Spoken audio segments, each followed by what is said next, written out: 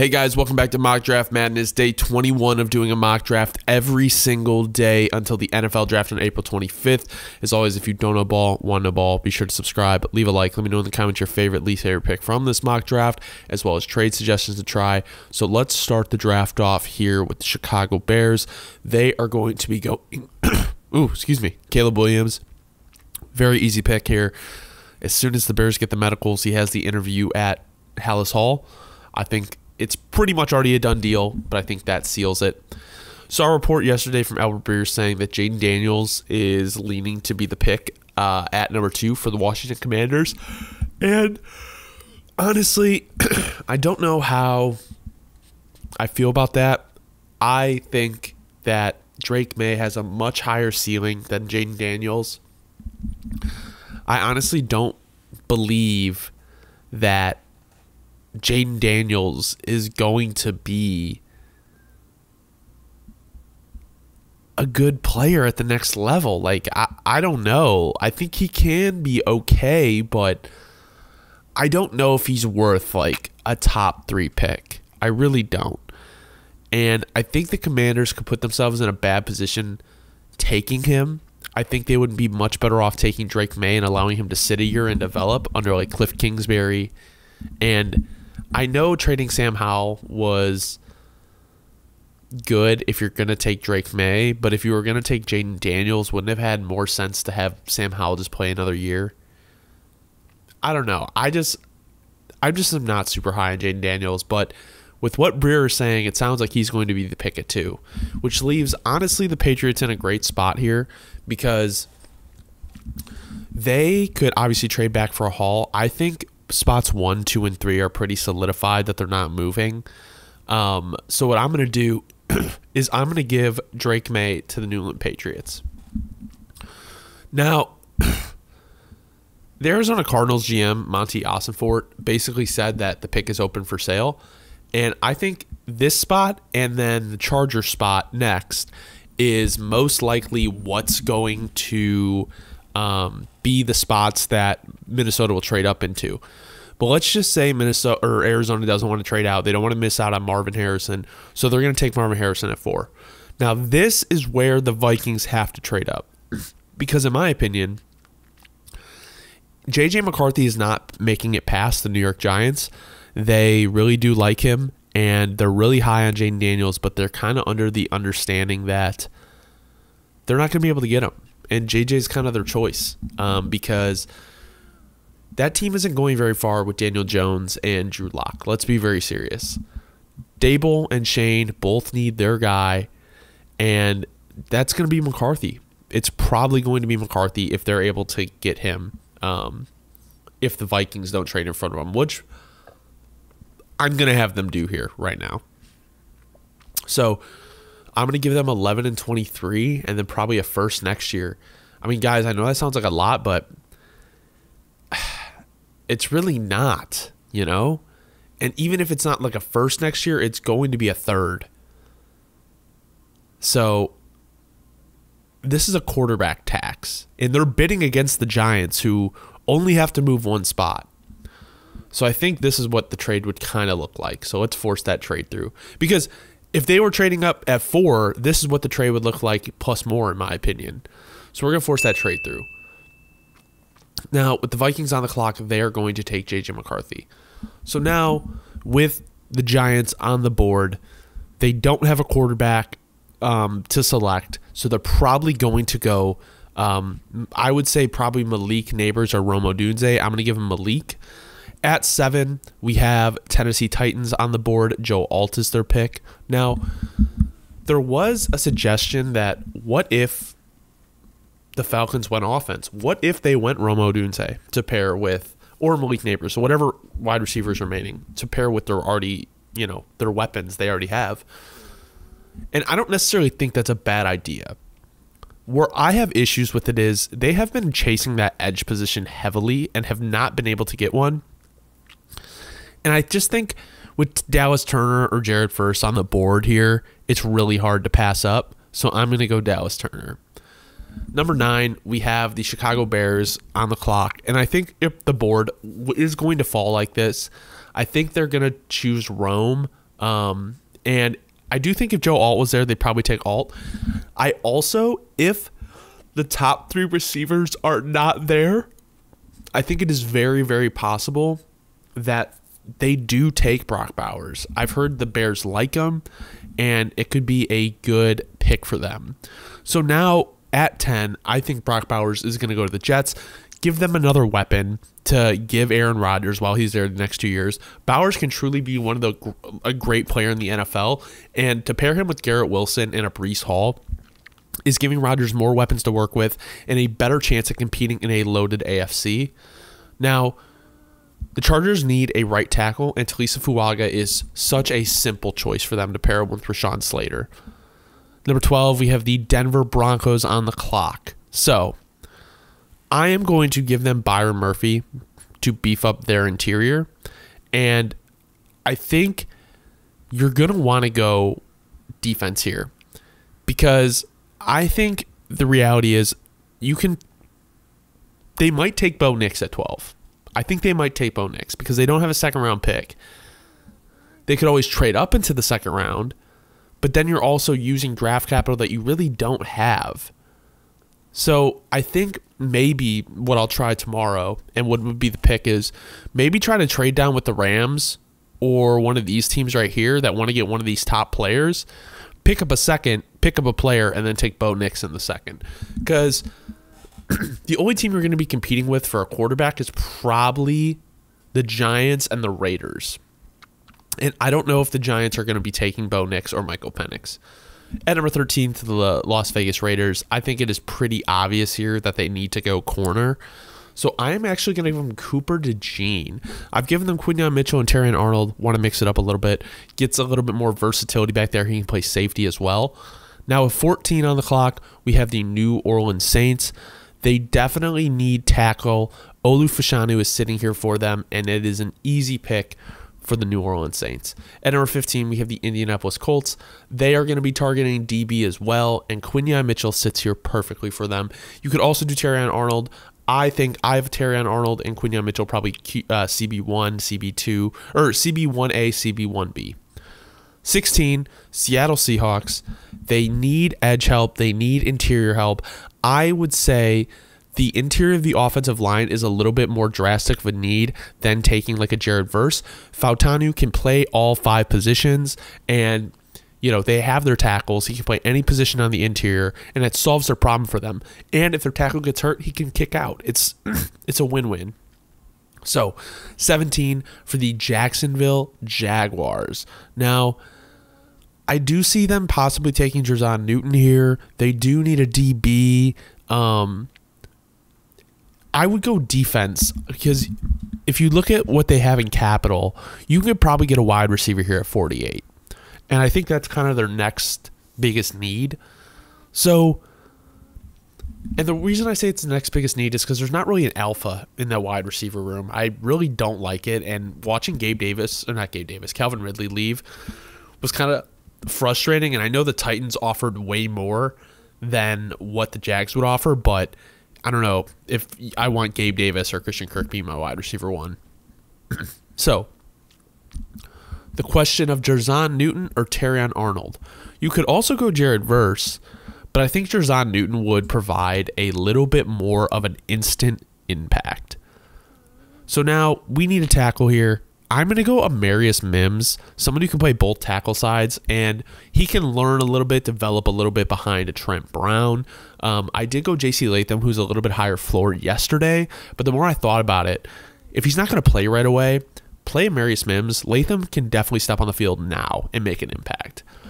So with the Rams on the clock, I think they need D-line. As much as I want to give them Terrion Arnold, if your line cannot create pressure, it doesn't matter who is covering the receivers, they're going to get open. So give me Jared Verse to the Los Angeles Rams. At 20, we have the Pittsburgh Steelers on the clock, just making sure there's no signings. Nope, just March Madness. 20, we have the Pittsburgh Steelers. Now, they could go tackle. I think J.C. Latham would be a good pick for them. You could go center here with Jackson Powers-Johnson, but I think I'm going to give him J.C. Latham. Pair him up with Broderick Jones, Alabama, Georgia, SEC O-line. Really can't go wrong. 21 to the Miami Dolphins. They need interior O-line, and Jackson Powers-Johnson falls right in their lap. They have Aaron Brewer. They signed him from the Titans, but Jackson Powers-Johnson is not just a center. He can play guard, and they lost Robert Hunt. He can play right there. You have Aaron Brewer. You have Aaron Brewer, Jackson Powers-Johnson, Austin Jackson, Teron Armstead, and then whoever the hell is playing left guard. I think it isn't Eichenberg. I could be wrong. 22, with Terran Arnold on the board, this is such an easy pick. I mean, he's one of the best corners in the draft, and Slay, Bradbury are old. I don't necessarily love their depth. I'm not saying it's bad depth, but at the same time, like, you can't pass up a Terran Arnold at 22. So now 23, we have the Los Angeles Chargers, who took Talisa Fuaga first. And I think, you know, they have good options here. I think what we can do, though, is we can add a guy like a Brian Thomas Jr. to that receiver room, and it gets a little bit better. I know it hurts still. Mike Williams is gone. Keenan Allen is gone. But overall, still not horrible. It's pretty bad, but it's not horrible. 24 to the Dallas Cowboys. Give me Graham Barton, guy that can play any of the interior positions. Lost Tyler Biadasz. You need help on the interior. 25, Nate Wiggins to the Packers. They need CB help. They need a little bit of safety help. Xavier McKinney was a very good signing in my opinion, but they do still need help in the secondary. At number 26, we have the Tampa Bay Buccaneers. So I have typically gone D-line or center here. And with the re-signing of Mike Evans, or I've also gone corner here, but I think with the re-signing of Mike Evans and you have Chris Godwin, you're in a position where it has to kind of be that D-line. You've lost, obviously, Devin White, who is a linebacker. You lost Shaq Barrett. You have Kalijah Cansey. You have Vita Vea. So it's like you kind of have to go Latu. I just think that makes the most sense with who's available on the board. 27, we have the Arizona Cardinals. So they took Marvin Harrison Jr. And if you really think about this roster, okay, they have Jonah Williams. They have Paris Johnson Jr. They have Sean Murphy Bunting. They have Marvin Harrison Jr. They have Kyler Murray. And then realistically, who else do they have? Like,